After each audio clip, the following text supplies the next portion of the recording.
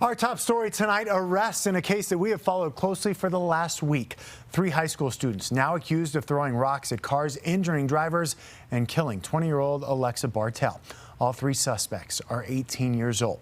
Good evening, I'm Michael Spencer. And I'm Karen Lee. These arrests follow an intense search for whoever threw rocks at least 7 cars. Happened late Tuesday night into early Wednesday morning. Most of the cases in Jefferson County, a couple also in Boulder County. 2 other drivers hurt. Connor McHugh has been working on these latest developments for you. And Connor, what have you learned about these teenagers?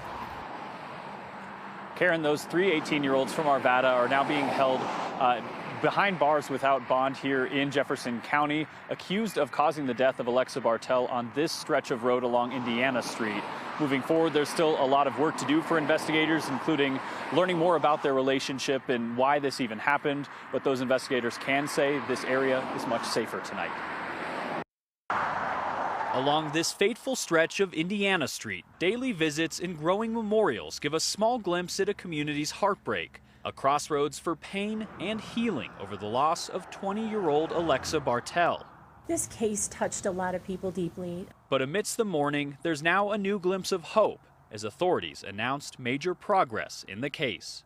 The Sheriff's Office is incredibly grateful this morning to report that we have 3 suspects in custody for their involvement in Alexa Bartell's death. According to the Jefferson County Sheriff's Office, those suspects are Joseph Koenig, Nicholas Mitch Carroll Chick, and Zachary Quack.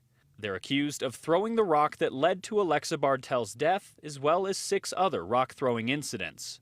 This was a beautiful young woman with her whole life in front of her who was simply driving home, and her life was ended as a result of these acts. On Wednesday, investigators said cell phone forensic are what broke this case open. Now the questions are why and how. It's not been easy for us to determine who was in the driver's seat and who was throwing the rocks, but we think they were all involved in this criminal episode.